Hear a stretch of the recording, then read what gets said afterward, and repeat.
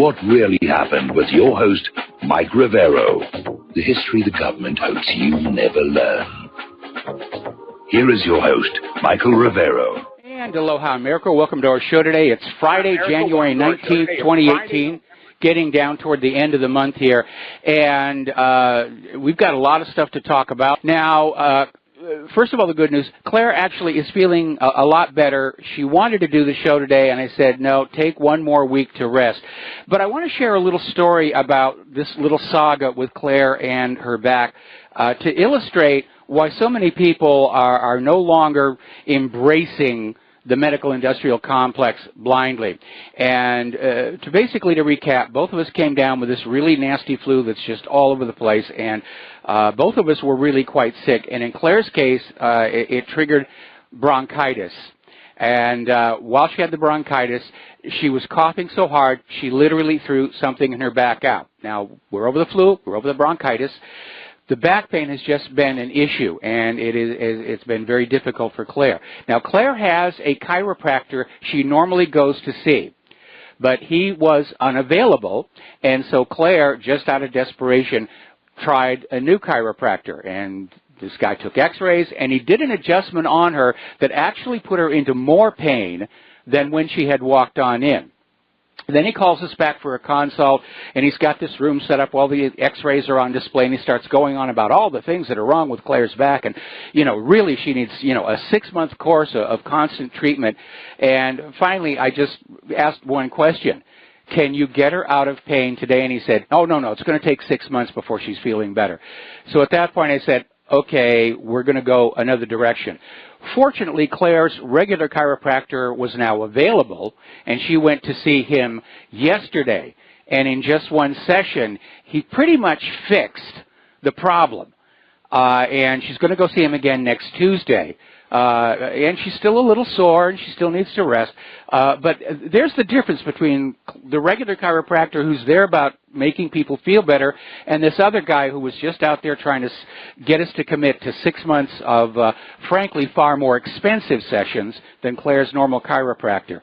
So you have to be really careful, and especially because there are practitioners out there in all fields of medicine who are willing to exploit the pain and suffering of patients to get just a little bit more money out of them. And so you have to be very careful. And I understand when you're sick, when you're hurting, you don't want to have an argument, but you really need to be very careful because the doctors are paying off their student loans and the malpractice insurance. So you have to really beware. Now, getting on to the news here, obviously the top story today, the House passed their version of the short-term spending bill. The showdown is now in the Senate. They're fighting back and forth, and the latest word is it's probably not going to pass. And as of tonight, midnight, the government will be shut down, and certain people will be asked to work without pay. Secretary of Defense Mattis was up there saying, this is going to weaken our military. We're losing our competitive edge. We've got to have more money. So they're raging back and forth on that. Based on past history, there will probably be a last-second compromise late at night so the government can go on doing what the government does, which is taking your money and using it to destroy other people's countries for no particular reason at all. Getting on to the domestic politics, there are some encouraging signs out there. Apparently, the FBI has launched 3 investigations into the Clintons, and there's renewed talk of a second special counsel to investigate the Clinton crimes. And apparently the Department of Justice under Attorney General Sessions has opened criminal investigations against the Clinton Foundation in Little Rock and New York. And boy, are they going to find a lot of stuff there. Now, apparently a 4-page memo has surfaced that reveals alleged U.S. government surveillance abuses, and it's being described by the lawmakers who've seen it. Apparently everybody in the House of Representatives has already seen this. They're calling it shocking, troubling. One congressman said, this is like the KGB used to behave in Russia. And in an interview with Fox News, they're saying they can't discuss the exact contents of the memo, But people are saying this should get some people fired. It should get some people fired. And apparently what it is, it relates to that Russian dossier being used to get the FISA warrant. And so there is something developing there. And again, for those of you who would like to support Republic Broadcasting and keep us on the air, keep us on going on our very important mission here to get the truth out to the American people, the postal address where you can send a check or money order is Republic Broadcasting Network, 2251 Double Creek Drive, number 302, Round Rock, Texas, 78664. If you want to telephone in and become a recurring subscriber, the number is 800-724-2719, extension 03. Okay.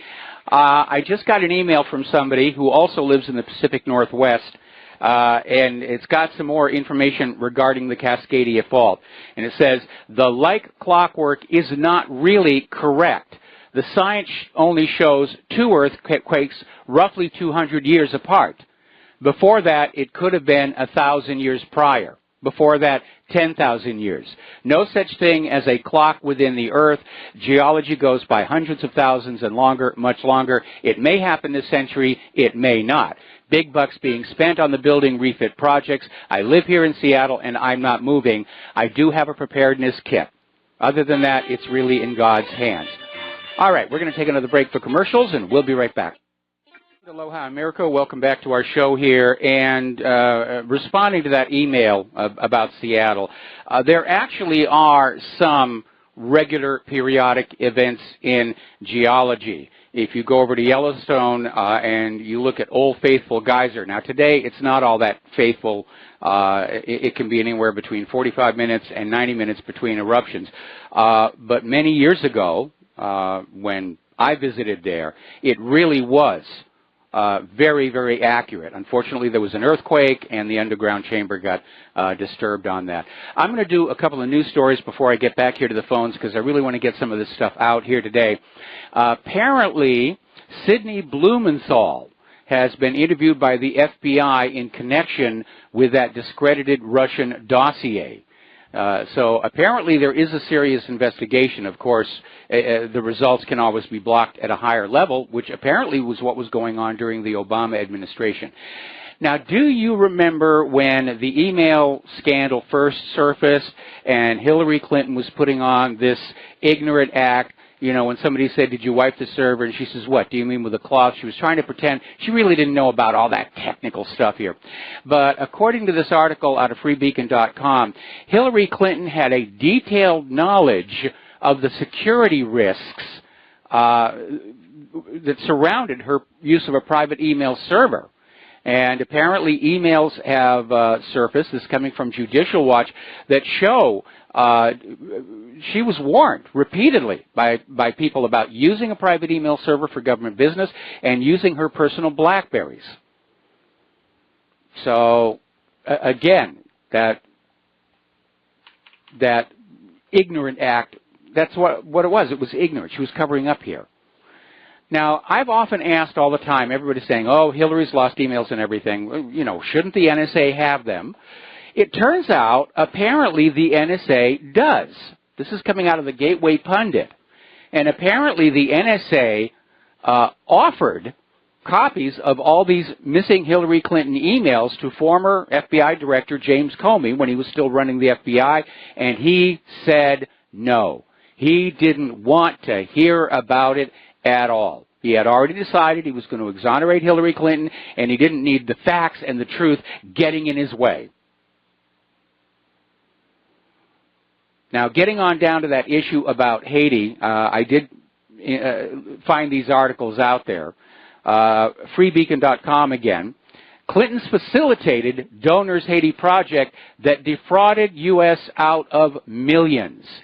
And apparently a federal agency rushed to approve funding for a Clinton donors sham Haiti recovery project that ended up defrauding the U.S. government.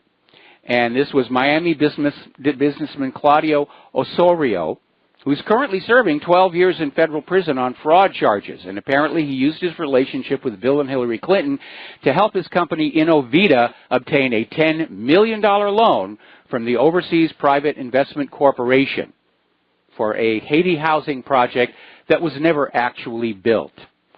And something else here coming out of the Clinton Foundation, then we're going to go back to the telephones here. One of the big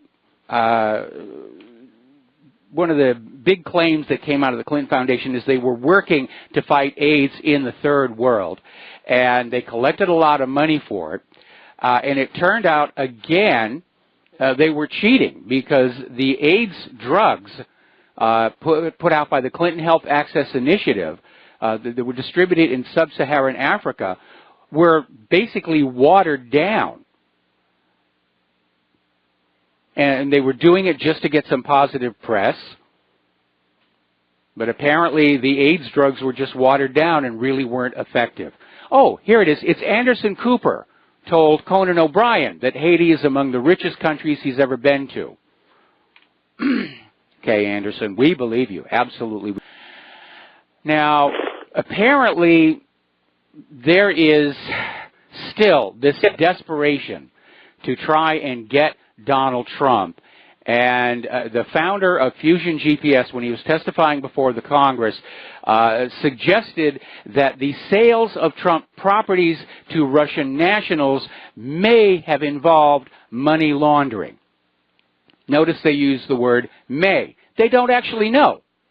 But they're still out there with these allegations. It could have been this. It might have been that. It's really, really, really serious.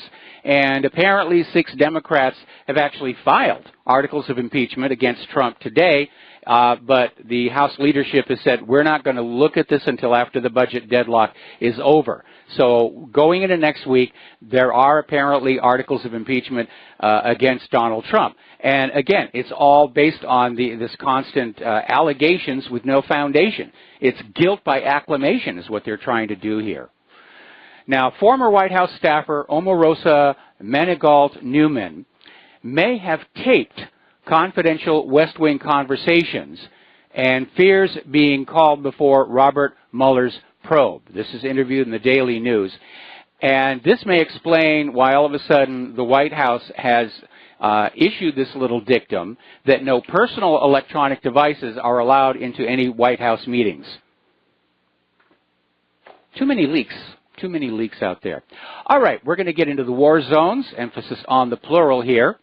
Over in Syria, Syrian troops have almost closed what's called the Eastern Idlib pocket. And the Syrian Arab Army and Iranian-backed militias liberated the village of Kaital from Hayat Tahrir al-Sham in southern Aleppo. And late on the same day, ISIS reportedly captured 30 villages, or at least that's what they're claiming. I'm having a hard time buying that one. And according to reports, some of the HTS members withdrew from the area to avoid being encircled by the Syrian Arab Army, while the rest of them apparently just went on over and joined ISIS. So everybody's switching, well, not switching sides, but switching uniforms over there. Now, a lot of attention is being focused on the town of Afrin. And this is the area where Turkey is planning to push into Syria to go after the Syrian Kurds. They're obviously being, the U.S. is backing the Kurds. And so it looked like it was building up to a possible confrontation and could actually be the end of U.S.-Turkey ties, which are already under strain since that failed coup d'etat against Erdogan. But what's really interesting is Secretary of State Rex Tillerson is now denying that the United States had an intention to build a Syria-Turkey border force. He's saying the issue, which has incensed the Turkish government, has been misportrayed. No, it hasn't. You actually did say that. You were going to send 30,000 troops in there to basically define the borders of a new Kurdistan. So the U.S. just blinked on that one. Syria is continuing to threaten to destroy any Turkish warplanes that invade their airspace. Meanwhile, some of the moderate rebels, the U.S.-backed moderate rebels, shelled a kindergarten in Aleppo. 4 missiles hit the Al-Zahra district in Aleppo's west, 2 of the missiles hitting the Al-Waha kindergarten. Children were quickly taken to the basement until it was safe enough to emerge. The resulting attack killed a bus driver, a kindergarten teacher, and wounded 4 children who are now all in the hospital. Over in Ukraine, things are getting very, very, shall we say, dynamic. The president of Ukraine, Poroshenko, has just been granted full control of the military by what passes for a civilian government there, the Rada. They've adopted a new law. Poroshenko has direct full control of the military. It's kind of like our Congress's authorization for the use of military force that basically allowed our presidents to just haul off and declare war on anybody they want. Another article that goes with this is from TASS. Kiev's actions with regard to Donbass look like preparation for a new war. So apparently they're talking about reintegration, of grabbing back these eastern Ukrainian republics, and at that point they may move on Crimea and things could get very, very intense. Story over here in the real news, the U.S. is arming and assisting neo-Nazis in Ukraine. Apparently the American military inspection team visited the Azov battalion on the front lines of the Ukrainian civil war to discuss logistics and cooperation. Images of the encounter showed the American Army officers poring over maps with their Ukrainian counterparts, just ignoring the Nazi-inspired wolf angel patches emblazoned on the sleeves. War makes for strange bedfellows. Okay, we're going to take a break for commercials. We've got a caller waiting on the line, and we'll be back after these few words from our sponsors. I received another email getting onto the issue about the periodicity of earthquakes along the Cascadia Fault here. And apparently this listener is saying, over at Oregon State, there is actually a facility where they preserve these core samples of the seafloor. And it's basically a giant freezer, and it's filled with these tubes that are 4 inches in diameter, and each is 5 feet long. And apparently what goes on is every time there is a subduction zone earthquake, there's going to be all kinds of mud that rushes off the continental slope, and it leaves a unique deposit on the bottom of the ocean. And so when you're looking at the core sample and you're going down the core sample, you will see these unique deposits, apparently at regular intervals, and far from the other email saying there were only 2 quakes that they had. Apparently, the seafloor core samples show that the Pacific Northwest has experienced 41 subduction zone earthquakes in the past 10,000 years. And they average out to be every 243 years apart. And apparently the interval between these deposits is fairly regular. So that's another point of view on this. But yeah, those core samples, they're going to tell you the story there. And that makes a lot more sense than somebody saying there was only 2 quakes. Maybe it was from the Seattle Chamber of Commerce or something. Since we're talking about Ukraine right now, apparently a former Austrian diplomat and an OSCE observer have been killed in the Donetsk Republic. And the circumstances are not being reported, but obviously any time a diplomat or even a former diplomat is killed, it becomes an issue. Now, apparently Benjamin Netanyahu, following Donald Trump's announcement that the U.S. will recognize Jerusalem as the capital of Israel, Netanyahu is now saying that the U.S. Embassy will move to Jerusalem within a year, and Donald Trump has already come on out and said, no, that's not going to happen within the year, and said basically they're still looking at when they're going to do the move. And that may be Donald Trump realizing the negative global reaction to his comments there. Now, North Korea is going to send 230 cheerleaders to the Olympics. They're not sending quite as many actual athletes, but again, they're all going to wear the same uniforms and march under the same flag. Powerful symbol for reunification.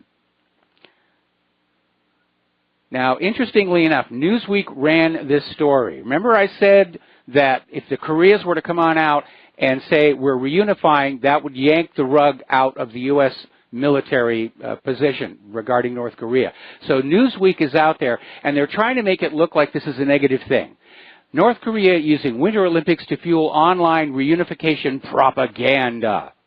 And the article goes on to say, North Korea is using its impending participation in next month's Winter Olympics in Pyeongchang to bolster its ongoing propaganda campaign that the rogue state and democratic South Korea should be reunified. Gee, could you get any more biased in the way that you reported that story? But this basically says that, yeah, that's what the U.S. government is concerned about now. They could say they're going to reunify, and that would be the end of that whole war agenda there. Because what's the United States going to do? You know, attack Seoul, South Korea, for being in possession of nuclear weapons? We're going to do a shout-out now to our honor affiliates who are just now rejoining the network.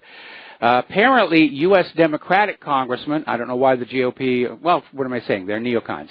But apparently, Democratic congressmen are warning the White House that even a limited strike against North Korea would in all likelihood lead to all-out war and massive casualties. This comes after U.S. Secretary of State Tillerson warned of just such a limited strike if Pyongyang doesn't relinquish their nuclear weapons. Remember just yesterday they were saying negotiate or we'll attack militarily, and I said negotiate. There's no negotiation. It's do what we tell you, and that's exactly what it came down to. The U.S. is telling North Korea, surrender your nuclear weapons or we will attack you. At which point we will find out if North Korea actually has a deployable nuclear weapon to go with that brand new long-range intercontinental ballistic missile. Now, Tillerson went on to say that reports of mass starvation in North Korea is a good thing. It's showing that the U.S. diplomatic strategy is working. There's no diplomatic strategy. It's a siege. That's basically what it is. They call it sanctions, but it amounts to basically laying siege to an entire country. And people are being harmed by it, ordinary people. And Tillerson thinks this is great. They're going hungry. Oh, wow. I think that's wonderful. Well, I got to go off to dinner myself here. Very sick people, unfortunately. Getting on back to the economic news. Polls are showing that 41% of voters believe tax reform will help their family financially. That's less than half. That means basically the majority of Americans do not think the GOP tax plan is going to help them. And it's very obvious it wasn't intended to. All the giveaways are to the ultra-rich individuals and corporations, and they're happy. Oh, they're happy they got all these tax breaks and everything. Now, over in California, being a liberal state, being under the control of the Democrats, inevitably taxes have been creeping up over time. And all of a sudden, California Democrats are very worried that some of California's richest citizens are going to be lured to other states where the new GOP tax cuts will allow them to save more money. And they're basically the attitude up to now was, well, you know, any state you go to, we're still paying the high taxes. Well, the federal taxes have been cut, and all of a sudden the difference in state taxes now becomes more significant. And so California is looking at a wealth exodus, and they're wondering what they can do about that. But they're kind of caught between a rock and a hard place. They really can't lower taxes. They need to keep taking care of all those illegal immigrants and those refugees. Liberals love to spend other people's money. And when all of a sudden those other people go away, the liberals get upset. Here's an article that came on out from womensystems.com, 10 things the middle class can't afford anymore. And the list is basically vacations. Fewer people are going on vacations. We certainly see that here in Hawaii, which is a tourist destination. We've shifted back to where most of our tourists are now coming from outside the United States. Americans can't afford new cars anymore. You've seen the prices on those TV commercials. They can't give those things away. They can't afford their student loans. Yes, that's a crisis. Middle class don't have emergency savings anymore. They don't have retirement savings. They can't afford medical care anymore. Even though they're paying for those sky-high Obamacare-compliant health insurance packages, the deductibles are way up there. So you're still on the hook. Unless you have a major injury or illness, you're still paying for it all out of your own pocket. Middle class can't afford the cost of dental work. They're just saying, well, you know, I'm not going to look like a TV model. Middle class can't even survive missing a paycheck. They're living paycheck to paycheck. They can't afford child care anymore, and that is a real problem because most middle-class families, both partners are working. A lingering gift to us from the militant feminist movement of the 1990s. And the middle class, they can't go to movies anymore. And box office is not doing very well. Of course, that's also the fault of the movie companies, which really aren't coming up with entertaining, enlightening movies anymore. It's just all propaganda. I think I was talking the other day about the third movie in the Pitch Perfect franchise, where it's on military bases and it's pro-war and support our soldiers, and people aren't going to pay to see that. You need to remember the lesson of Busby Berkeley. During periods of high social stress, during wartime, during hard economic times, people want to be taken out of the reality of their life and just distracted for a while. They don't want to go into a movie theater and have yet more propaganda thrown at them. Now, we're going to talk about the Royal Bank of Scotland. This is kind of an expansion of a comment I made yesterday. But apparently the big stink involves the Royal Bank of Scotland's treatment of small businesses, and it's being described as the largest theft anywhere, as it basically would work to drive these companies out of business and then acquire their assets and sell them off. It's a very predatory way of doing business. And apparently the focus is on something called the Global Restructuring Group. When we come back from this commercial break, we'll get into this a little bit more. Aloha America, welcome back to the show, and we're talking about the Royal Bank of Scotland, and in particular a group called the Global Restructuring Group. Now, the Global Restructuring Group was supposedly set up to help turn around struggling businesses. That was the public face. We're here to help. But apparently what it was actually doing was going on in and taking these businesses that were on the edge of collapse and collapsing them and then seizing their assets for sale. And apparently the current head of Santander, Nathan Bostock, was running this Global Restructuring Group that engaged in this very predatory behavior. And this is what led us to the story that we had yesterday, that apparently a manager at the Royal Bank of Scotland basically said that these struggling customers just let themselves hang themselves. And apparently they were engaged in this kind of predatory behavior of acquiring, forcibly shutting down and acquiring these businesses for liquidation during the height of the financial crisis. And it is a reminder, banks are not there to serve the community or their customers. Banks always serve themselves. They serve the money. I remember some stories that were coming out of Wall Street back in 2008, where some of the heads of some of these firms realized they were in serious trouble, and they literally dumped the losses on their customers in order to save themselves. Now, down in Great Britain, there's a great deal of anger over what's being called the Branson bailout. And this has to do with the Virgin Trains East Coast Rail Service, which is currently owned by Richard Branson. Now, the train service was a joint venture between Stagecoach and Branson's Virgin Group, and it pledged to pay more than £3 billion to run the rail service until 2023. Last November, they announced the deal will be terminated with the government 3 years early. They're just not making any money. Now, maybe they were thinking Agenda 21 was going to be implemented, people would be out of their privately owned cars and going back to trains. But it didn't work on out. And maybe that's part of why all of these train projects are in such trouble. California's high-speed rail is in trouble. Our light rail here on Oahu is in trouble. And don't get me wrong, when it's done right, I don't have a problem riding a train. I did trains when I was working in Europe. I did trains when I was working in Sydney. I don't really have a problem with that. But people do like that independence and freedom of a car. I go when I want to go by the shortest route possible from where I am now to where I need to be.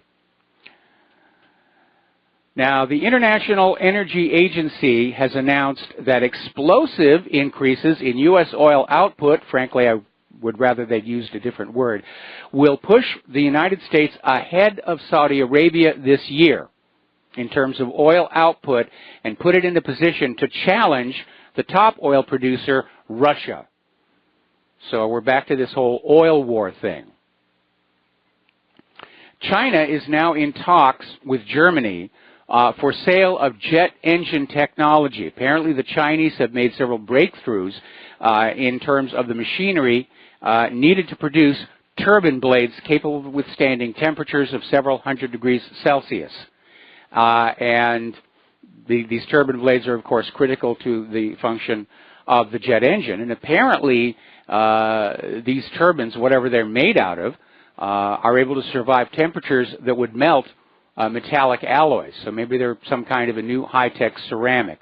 But apparently Germany wants it. China's got it. They're going to be doing business together very soon. Okay, let's talk about immigration and all of the other problems here. Apparently, the Prime Minister of Great Britain, Theresa May, has caved in to demands from France to shorten the amount of time it takes for a visa application. And May and Macron have agreed through the Sandhurst Treaty, it will only take 1 month for adult migrants seeking to come to Great Britain via Calais will be processed in just a month. It used to take 6 months. So Theresa May doesn't seem to really be heeding what her own people are saying about the migrant crisis. Now, this one is going to stir up a lot of people here. Apparently, the Trump administration is now barring Haitians from the United States, or at least from visas, for low-skilled work. Haitians will no longer be eligible for U.S. visas given to low-skilled workers. And basically, it brings to an end an effort to employ Haitians in the United States after the 2010 earthquake. Well, I understand Haiti had a terrible time following the earthquake, and it was not made any better by the Clinton Foundation. But I think the Haitians really need to work on rebuilding Haiti instead of just abandoning it and saying, we're going to go someplace else.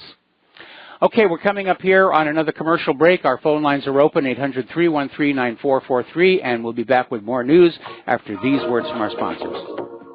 Aloha, America. Welcome back to the show, and I want to skip on back here to something I talked about earlier in our program, and that is this 4-page memo, this FISA memo that was apparently leaked on out, and Congress has seen it. It's not been released, and apparently it is a very shocking document, and apparently GOP members of Congress are saying, yes, this needs to be made public, and the Democrats are refusing to even look at it, and they're out there saying, no, no, this is nonsense, don't release it. So again, it would suggest that this memo basically makes the point that the FISA warrants issued to allow spying on Trump and his associates were entirely based on that bogus Russian dossier bought and paid for by the Hillary Clinton campaign, the Democratic National Committee, the FBI, and that just, it's a big hack job. You know, and Hillary's admitted that she's paid for it. And Fusion GPS cooked it up with that former British spy Christopher Steele. And it seems that was the only thing they had to get the warrants to authorize the spying. So we'll see what develops on that. But apparently, along with the budget and everything else, there's a fist fight shaping up in Congress over that. Getting on back to the immigration issues, as you know, France and Great Britain are connected through the Channel Tunnel. It's an amazing feat of engineering that they were able to do. But now, apparently, Boris Johnson has come up with an idea saying there really ought to be a second access route, and he's talking about a channel bridge. And he's being ridiculed for it, but then so were the people who proposed the Channel Tunnel. And engineers are saying, yes, in point of fact, it could be done. It would be more than 20 miles in length, and of course it would have to be built very rugged for some of the weather that comes through that channel, but it could be done. There are some amazing bridges around planet Earth already. Now, I have a thing for bridges. I think bridges are wonderful, and that may be because my father got his MIT degree as an engineer. And so my home was always filled with things about engineering and bridge building and all the rest of that. And when I was into model railroads, I always made really nice bridges and suspension bridges and everything. So it's a lot of fun. It's a thing with me. So, you know, it would be very expensive, no question about it. But it could be done. Now, here's an interesting story out of the Express in Great Britain. The EU dream is dead. And they're saying basically that Juncker's plot for a federalized European Union, an EU superstate, is over. And this article goes on to say the indications are that yet more member states of the EU are getting ready to leave because it's been a raw deal all along. It's been a raw deal economically because of the predations of the European Central Bank. It's been a raw deal because of the open borders issue with the migrants and all the problems they brought on in. And when the EU was first started, all it was supposed to be was a free trade, free travel zone. That was it. They would enforce the outer border of the European Union, but inside you could go from place to place, didn't need a visa, didn't need a passport. You could go from Spain to Italy to France, just like you could go from California to Nevada to Arizona in our country. And then slowly over time, Brussels simply grabbed more power and authority to itself, to that European Union Commission. They tried to make it look like there was some input from the people with the European Parliament, but the European Parliament, unlike the U.S. Congress, the European Parliament can't make laws. All they can do is vote a bill through, which is then basically a recommendation to the European Union Commission, and they can either go along with it or not as they choose. So a lot of Europeans are very unhappy with how that deal worked on out. Now, up in Sweden, apparently their Prime Minister, Stefan Löfven, is saying it might be time to bring out the army to end the gang violence that is sweeping Sweden. Now, because of laws that have been passed in Sweden saying that you cannot identify the ethnic origin of criminals, they're not saying who these gangs are. But it's pretty obvious that this explosion in gang violence coincides with the pouring over the border of all these refugees from Africa and the Middle East. Meanwhile, down in Germany, Angela Merkel is still having her argument with her Austrian counterpart, Sebastian Kurz. And apparently they had a meeting Wednesday at which Merkel was out there saying that Vienna's resistance to sharing out refugees across the bloc was wrong. So this immigration thing, George Soros' dream of a blended culture all over the globe, it's tearing apart the EU. Apparently things have gotten so bad in France, they're starting to get their equivalent of the no-go zones. Apparently Paris metro drivers are now refusing to stop at certain stations out of concern for passenger safety. And apparently they're looking at all the crime that's out there and all the protests. They just think it's too dangerous. They think it's just way, way too dangerous. Okay, out in California, the Immigration Customs Enforcement are getting ready to do this sweep. They're expecting to arrest at least 1,500 people for immediate deportation.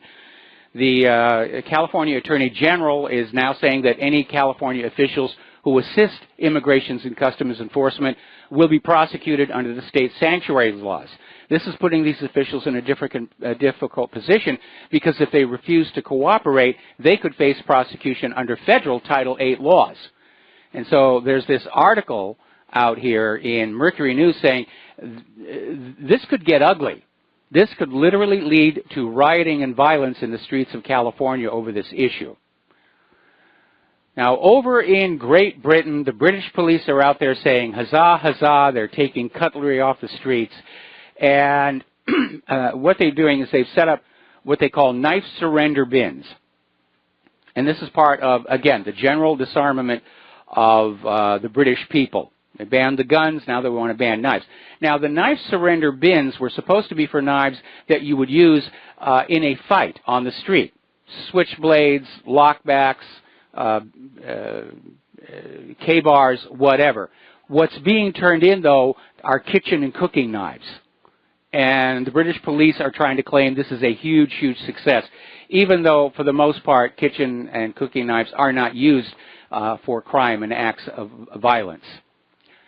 Now, here is an interesting story, okay? Down in Florida, in Indian River County, police showed up at this guy's home, and they were looking for an individual who looked like the man who owned the home. Eventually, they arrested somebody else. But while they were at this guy's home, they knocked on his door.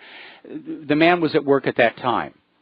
And there's a surveillance camera outside this man's front door. And you can see on the video, the police just reach up and tug on a wire and shut the camera off. So when the man comes home, his neighbor says the police were over here, and he goes to look at the video, and he realizes the police deliberately disabled the surveillance camera.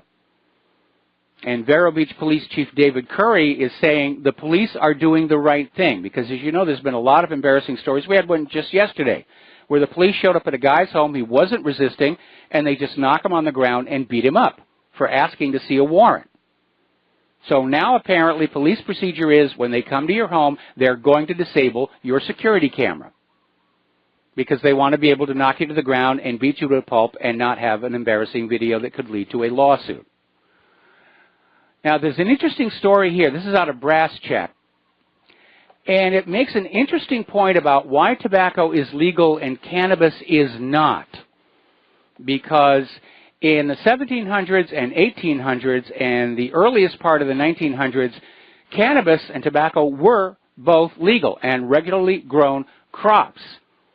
And cannabis, along with being an intoxicant, was used to make rope and cloth, and there was even a method of converting it into paper. And it still is, that you have to use the version of the hemp plant that doesn't have the THC. But apparently, here's what happened. When Prohibition was repealed, they had all these police officers and all these rum-running squads and all of these other officials whose careers were based on the banning of alcohol. And they had nothing to do.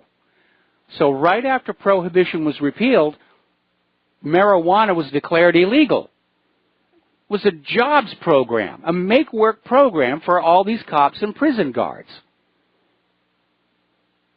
And the timing seems to make it makes perfect sense.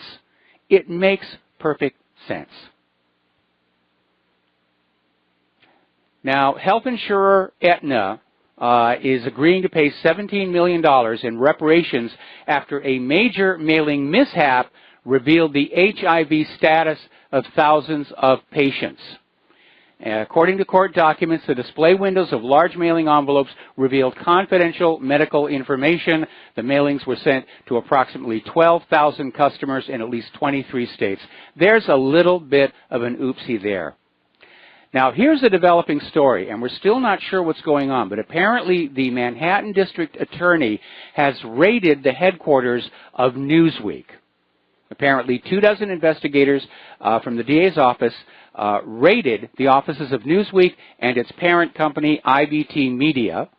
And apparently they were taking photos of computers and servers, taking down the serial numbers, and apparently at the end of it all, they walked out carrying several of the computer servers. Now, the probe is believed to be connected to Olivet University, the San Francisco school tied to the controversial South Korean evangelical pastor David Jang, according to one source. And Jang has close ties to the founders of IBT Media.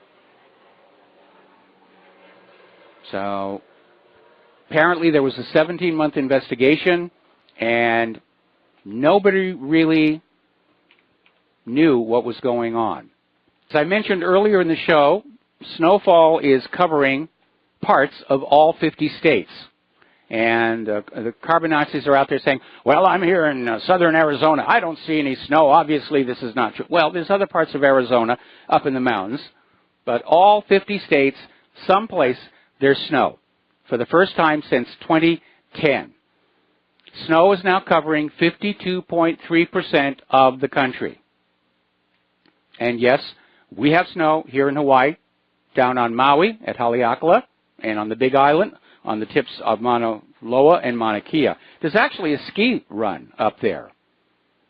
If you come to Hawaii, to the Big Island, you could ski in the morning and go surfing in the afternoon.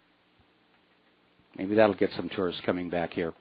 There's been another accident with one of these power-generating windmills over in Europe. It literally, the staff folded in half. It just flipped on over. Apparently, Representative Bobby Cleveland in Oklahoma is submitting legislation to halt tax incentives for renewable resources. And if passed, it would impact the wind and solar power industry. And Cleveland is basically saying it's time we do away with this costly tax credit. The government is not your sugar daddy, no matter how hard the wind industry may wish. Wind companies are no longer in their infancy, and the industry is stable enough to stand on its own feet. I'm not entirely sure about that because of the way the wind industry was started up, where it was basically just a dodge when all of this global warming, carbon is bad stuff came along, and everybody was getting these tax incentives and loan guarantees to start wind and solar companies, and they did a very slipshod job, took their money, and went home happy. That's what led to Solyndra.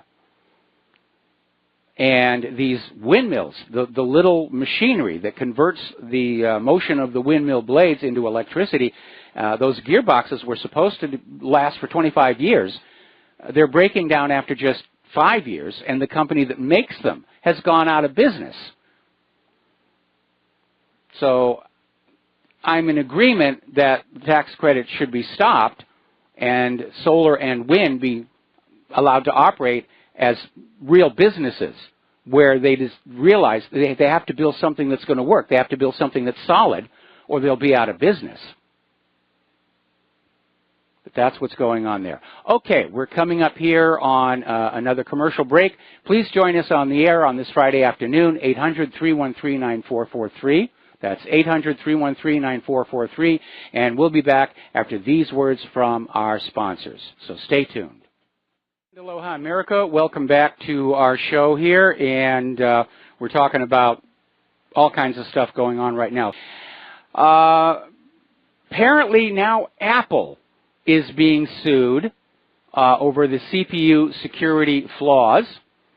Apparently it has to do with the fact that the ARM-compatible processors are being used in iPhones, iPads, and Apple TVs. And so there is a class action complaint filed saying that Apple has failed to keep these devices secure as advertised. And right there is the sticking point. Because Apple has always had a major point of their marketing campaign that their devices are secure. Their devices are safe. They always imply that they're safer and more secure than other people's products. And in many cases, they are. We had that story the other day where the FBI is calling Apple jerks for making the iPhone so unbreakable. But apparently other people have a different idea. Now, this class action lawsuit does not cover the Intel-powered Max Apple, but that's already affected by Meltdown and Spectre. And Chipzilla, meaning Intel, is separately fending off class action claims over their CPU blunders. So the lawsuits are flying all over the place. The lawyers are having a field day. Basically, the complaint claims Apple withheld information on the flaws from customers for months, selling products it knew to be vulnerable to data theft attacks. And that basically is where the problem is. People have known about these things, and they kept it away from people because they wanted to go on selling the products here. All right, we've got station identification. We'll be back with another phone call. And Aloha America, welcome back to our show, hour number 3. Switch over to Charlie in Los Angeles. Aloha, Charlie. First of all, I'm going to do a shout-out to our on-air affiliates who are rejoining our network. So, Charlie in Los Angeles, what's on your mind today? Today is immigration. I would say when it comes to Trump, you believe all you see and can prove and nothing you hear. You know, I know people on the ground in Clark County, Nevada, and the Filipinos and the Chinese and the Asians are still coming in right off the boat, okay? Now, Trump doesn't like people from countries that know Israel. They've either been in combat with them or they're Islamic countries. He doesn't want the people that know the Jews. But if you wouldn't come here and work 2 jobs and work for nothing and keep the wages down, that's good for Trump's buddies. So I don't think Trump's doing anything on immigration except for satisfying the Israeli and the AIPAC lobby. Thanks for taking my call. All right, you've got it. Thank you for your comments there. And